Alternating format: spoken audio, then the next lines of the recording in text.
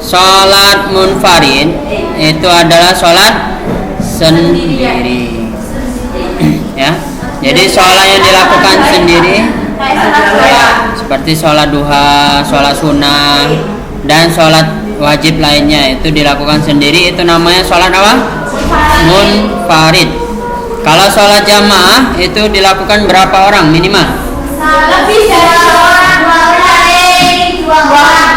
Minimal berapa orang? Minimal. Hah? Lebih dari satu orang. Ya, minimal. Bapak nanya minimal.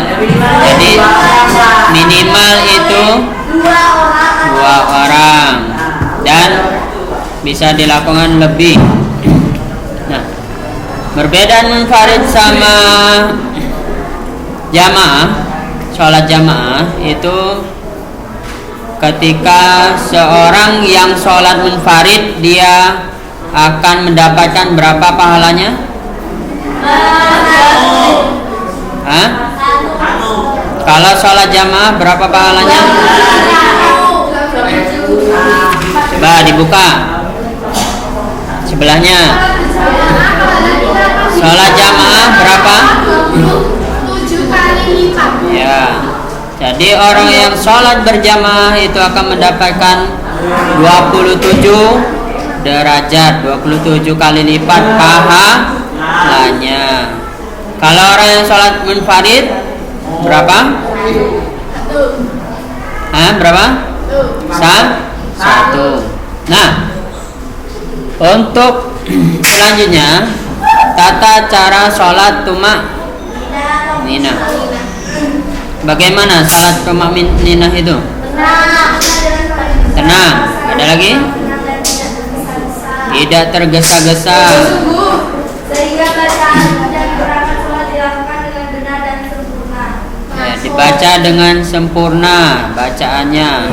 Jadi sholat yang tumak ninah artinya apa? Sholat yang dilaksanakan dengan benar dan tidak tergesa-gesa. Ya, kalau sholat khusyuk artinya apa? Khusyuk artinya? Konsentrasi penuh. Ya.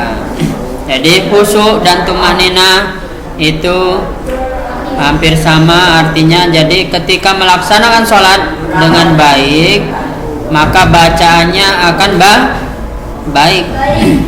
Al-Fatihahnya sempurna, tidak buru-buru. Ya.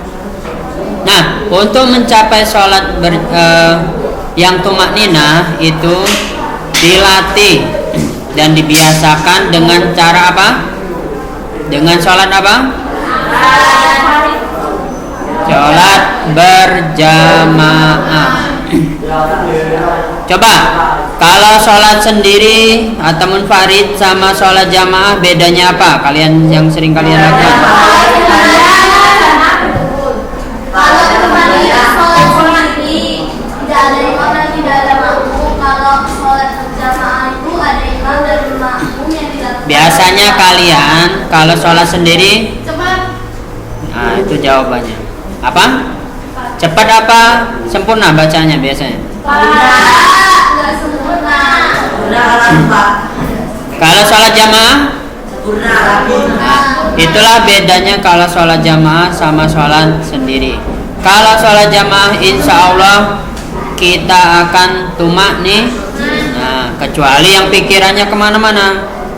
Jadi ketika sholat itu pandangan harus kemana kalau sholat? Hah? Ke bawah mana? Ya, jadi orang yang sholat itu harus pandangannya ke tempat sujud, bukan melihat ke yang lain-lain, apalagi bermain dan lain sebagainya. Ya, paham? Dan pikirannya, coba pikiran kalian kalau sholat itu bagaimana biasanya? Apa mikir yang lain? Mikir makanan, mikir PR, atau mikir apa? Belum mandi, belum makan. Hah? Jadi semua itu harus dihilangkan,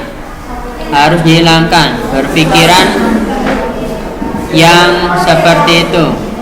Jadi harus khusyuk dan tumak nina. Kalau tumak nina itu tenang, bacanya sempurna. Kalau khusyuk, pikiran dan hati itu selaras sesuai apa yang dibaca ketika sholat.